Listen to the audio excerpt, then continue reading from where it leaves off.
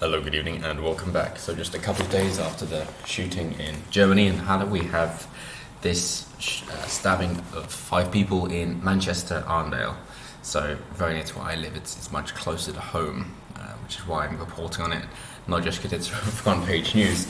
So Manchester, Arndale stabbings, man arrested after 5 hurt. This is an image of him after he was chased down, and that's the only description you can see of him there, just a bit of his leg. Of that grainy photo. And as you can see, the policeman there is also holding a taser. It's odd, isn't it, that when these things happen, all the police that come in to deal with the attacker, they're all men. So why do you get men and women in pairs patrolling the city when you know that when something actually happens, you need men to deal with them? Funny that. And would something like this happen in the first place if we didn't have such identity politics infiltrated into our police force? Makes you think, doesn't it? So 5 people have been injured in a knife attack at the Arndale Centre in Manchester, and of course, as is obvious and should go without saying, I wish the best of luck and a speedy recovery for all 5 people and anybody else harmed, traumatised, whatever it might be in the event. I understand it's a terrifying thing, hence he's held on terrorist charges, detained under the Mental Health Act, though, seeing as he's been rearrested. But yes, my thoughts go out to those people, and I wish you a speedy recovery. A man aged 40, initially arrested on suspicion of terror offences, has been detained under the Mental Health Act. 3 people were stabbed and 2 others were hurt when a man with a large knife started lunging and attacking people, according to police. He chased 2 police community support officers, PCSOs, before being detained, the force said. What I find morbidly funny here is that apparently it was that the 2 support officers approached him and then they ran away and he chased them and then they were calling for urgent backup. And I just find that funny, partly because I think it was in maybe Bruiser, it was with Mitchell and Webb anyway, maybe it was just that Mitchell and Webb look, that they had a police officer and a police community support officer and saying, oh, yeah, one day you'll be a proper policeman, and just ridiculing the support officer, the community support officer. So much about it, and it's the same here. So, yeah, you're great, but actually when it matters, you're not, are you? And the same comes for CCTV. So that's surveillance, it's not security. It doesn't stop people from doing things. It's maybe good after the fact to maybe catch them, but it doesn't act as a deterrent to stop people from doing it.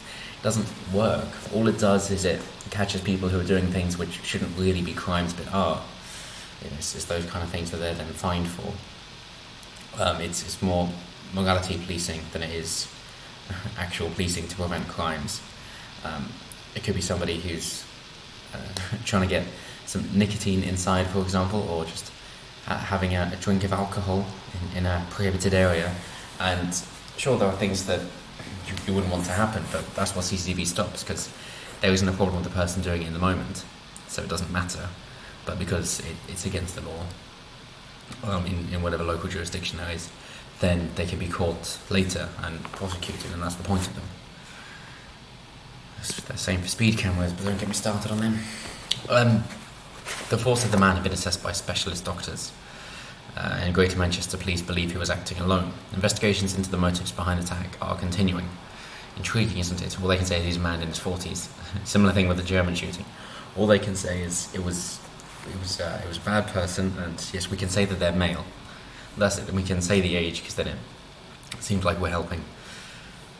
So one witness said they saw a man running around with a knife, lunging at multiple people, while another described people screaming and running. The centre was put on lockdown as officers confronted the attacker, with some shoppers seeking refuge in stores. This reminds me of a phone call I got from someone who I had no idea who it was, who just answered, his first greeting was Allahu Akbar. So I guess you're somebody that I know will work with, and you like your jokes, but makes you wonder now, doesn't it? So a shop worker who only gave his name as Jordan, 23, said a man was running around with a knife, lunging at multiple people, one of which came into my store, visibly shaken with a small graze. Oh no. Soon after, security staff told all retail staff to close their doors and move the public to the back of the stores. Yeah, and they were closed all day. Chief Constable Russ Jackson said it was a random and brutal attack. So, at the time, 2 unarmed police community support officers were in exchange court and attempted to confront the attacker. He then chased them with a knife as they were calling for urgent assistance. So what stopped the bad man with the knife? Good man with a gun. Oh, funny that. And they took about 5 minutes together, apparently. So well done. But you could have had someone on scene stop them. If you could have a good man with a gun. So a lot of screams, a lot of shocks, and here we have a speech from the police. We do not know the motivation for this terrible attack.